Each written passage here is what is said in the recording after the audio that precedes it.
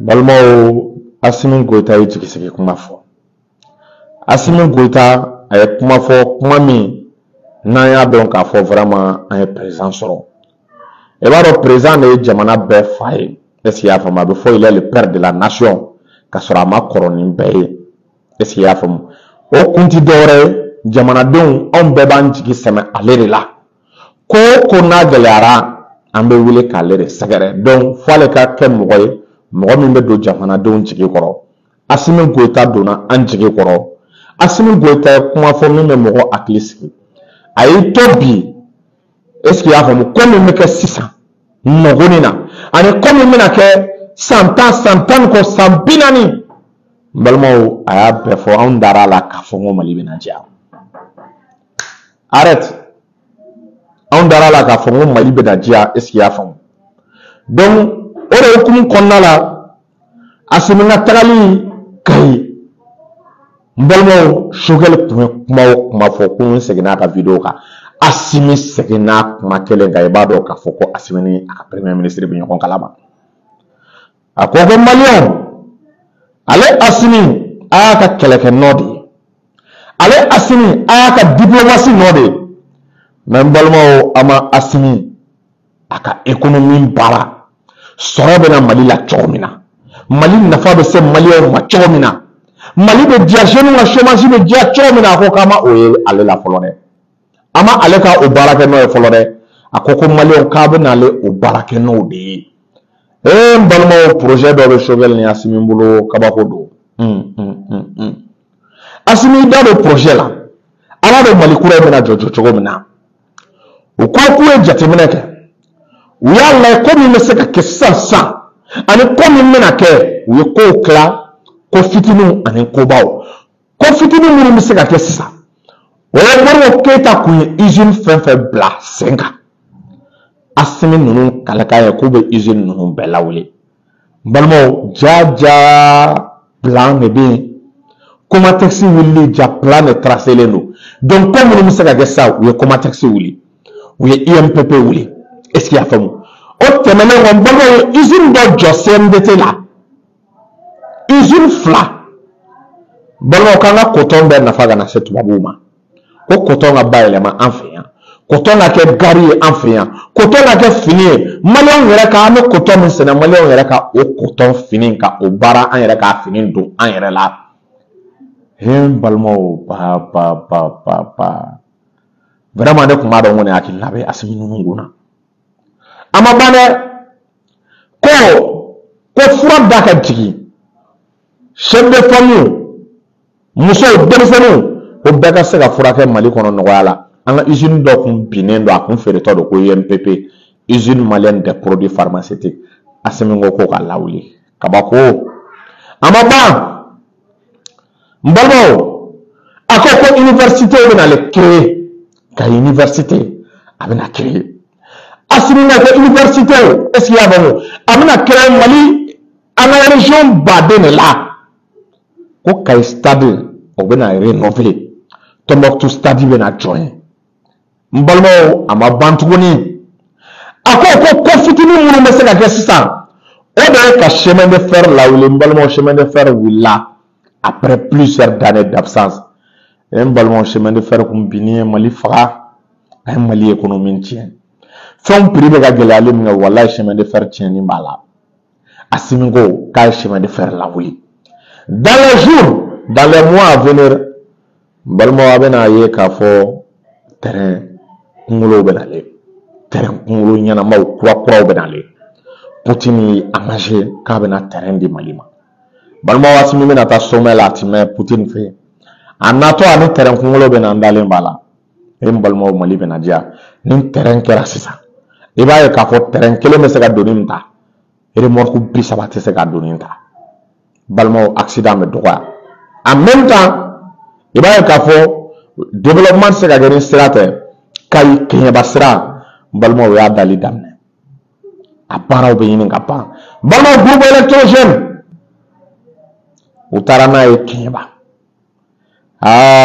Balimaw baaraw bɛ sira la ka na. Assimi ko kulonkɛ bɔra Mali kalanko la.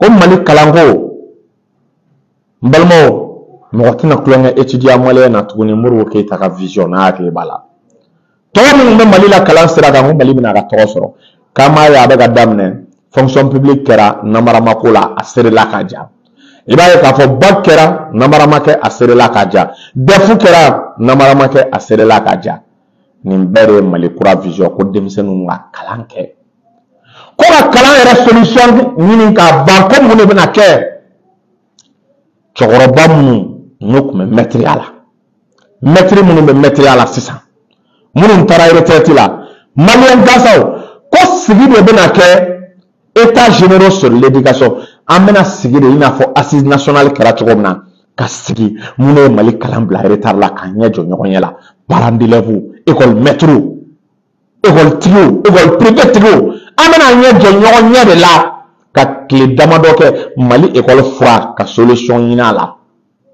asimingo kamena science et technologie nyani ko darabana école do subana école do daile la mbalmo kanga missile nyani missile glanjogo drone glanjogo intelligence artificielle balmado robot aramaden ka robot ka seka aramaden jorota balmo ko lubna le mali kon nala mali benadia mbalmo asimingo ko fo soro de kana ina fo chevalier ni kuma min fo ko soro kana fo malion kai ka fo ku la fiara soro sirafe ore senfe balmo asimingo ko dugu jugoro na fo ko shenle bi mu meka kala asega lakale ka yi senda akan ka shenle bana ko mali samu abena ke mali tay mali dugu jugoro na fo abena ke mali tay ko projet bado blala sur place le projet de loi dota gouvernement ka be CNT ka bureau no balmo esiya famu ko bena mali sanu ke mali tay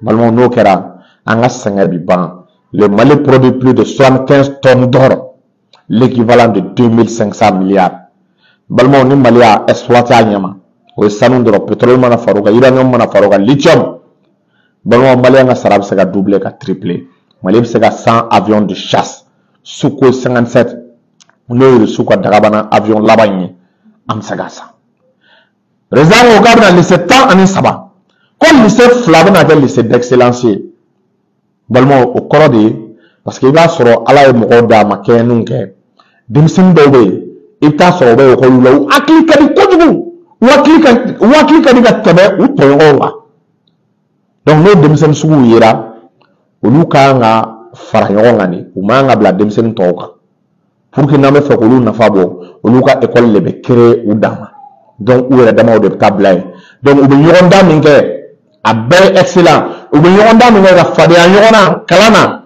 ibaye ka fo o de bena ke sababu embalmo amana technologie soro amana demsenu soro munu be missile glan jona munu be avion glan munu be radar glan anga demsenu dumaw o tuna ta ko kan tugunu be bena kala mali la parce que nous tara ko ka wu akli ele mawti sagi ngana donc ko o lycée baf la bena glan mais lycée tan sara me flabna ke excellence balmo ku bena darabana hôpital militaire ale ni hôpital civil o bena le ajo balmo ko mo kana botuguni kibti yere frake mo kana botuguni kibti yere frake koka donc anga frakel beka ke mali kono ya donc au hôpital nous abena ke 5e génération balmo antita Tunisie tuguni antita Turquie antita Maroc anga frakeli bebi ke docteur yana ma be équipement ko drone pouche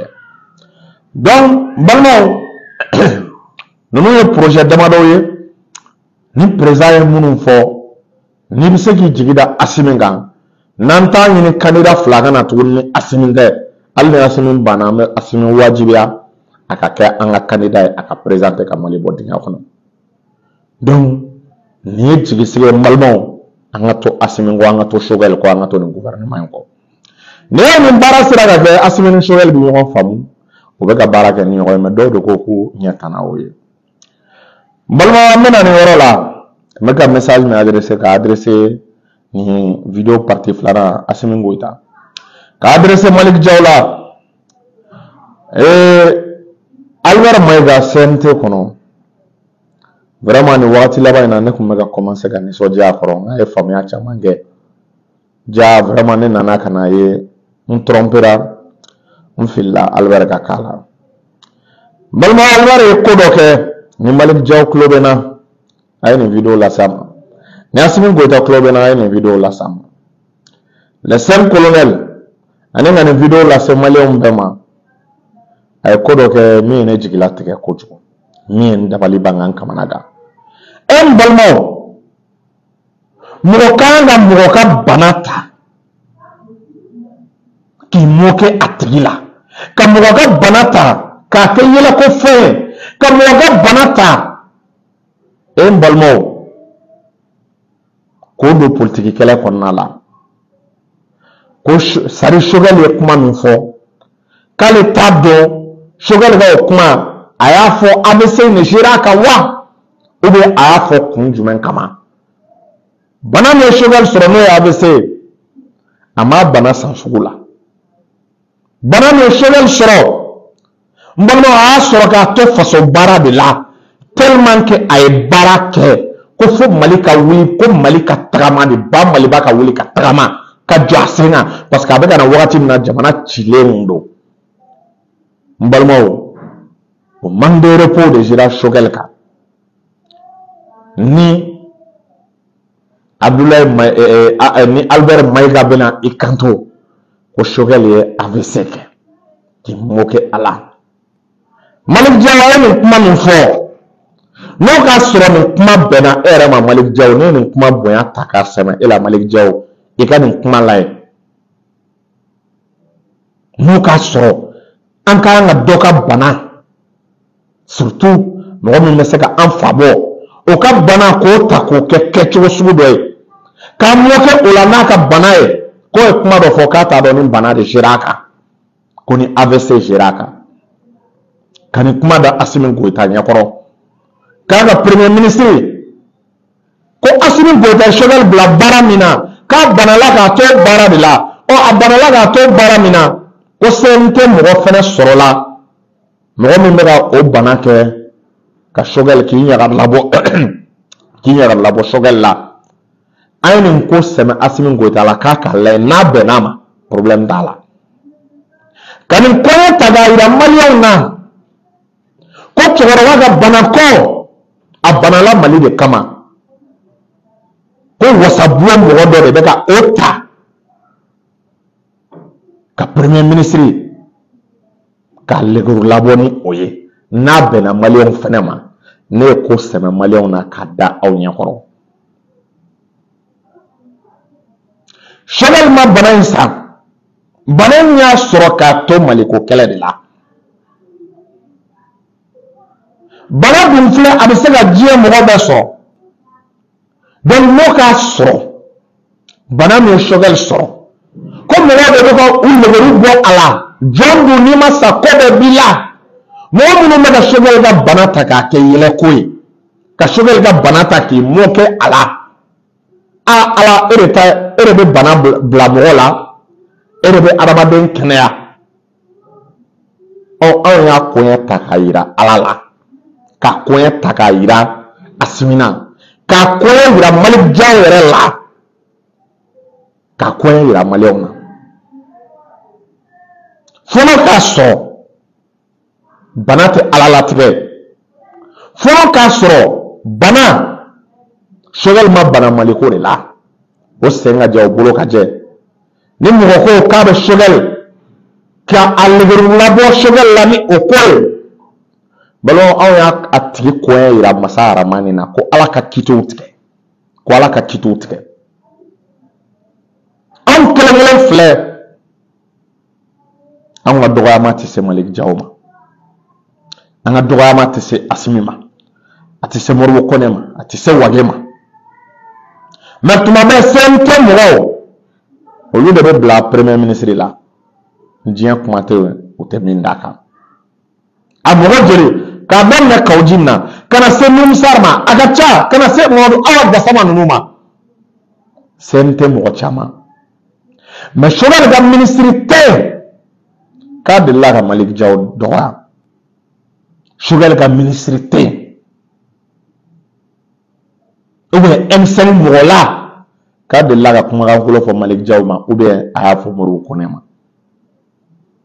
Mais ni nin bɛ ka kɛ anw ye nin koɲɛ ta k'a yira Asimi yɛrɛ, Asimi k'a da i ɲɛkɔrɔ, a ye vidéo in, c'est très important a y'a partager ka se Asimi ma k'a ye Choguel bila baara min na nin bana ye Choguel sɔrɔ k'a to baara kɔnɔ ko CNT mɔgɔ dɔ sɔrɔla mɔgɔ min bɛ ka o bana in kɛ est-ce qu'il y'a faamu legurubɔfɛn fo kana Choguel ka AVC ko kuma fɔ. Alors que Choguel bɔlen bana la a ye message dɔ fɔ k'a bɛ Asimi fo, a bɛ colonel Malick Diaw fo, a bɛ colonel Wage fo, a bɛ colonel Modibo Konɛ fo, est-ce qu'il y'a faamu?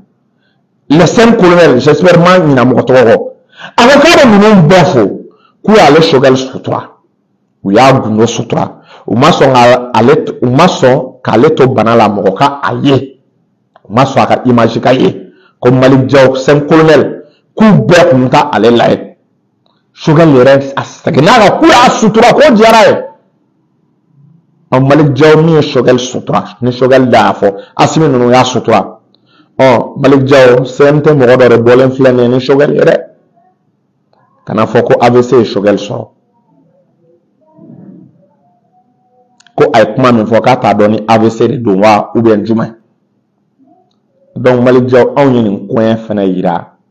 An y'a yira Ala la cogo min na, an y'a yira i yɛrɛ la. N'a bɛ bɛn i ma. Asimi Goyita an y'a yira i yɛrɛ la. N'a bɛ bɛn i ma. Modibo Konɛ an ye nin yira i yɛrɛ la n'a bɛ bɛn i ma. Ka nin koɲɛ yira maliyɛnw na n'a bɛ bɛn. N'u ka sɔrɔ an ka kan ka an waso ɲɔgɔn na ni banako ye. Ka ɲɔgɔn ka banako ta. K'a fɔ an bɛ ɲɔgɔn kɛlɛ ni o ye n'an ka kan k'o kɛ. Anw ye nin ko an y'a yira Ala la. Ala bi. Salamu alaikum.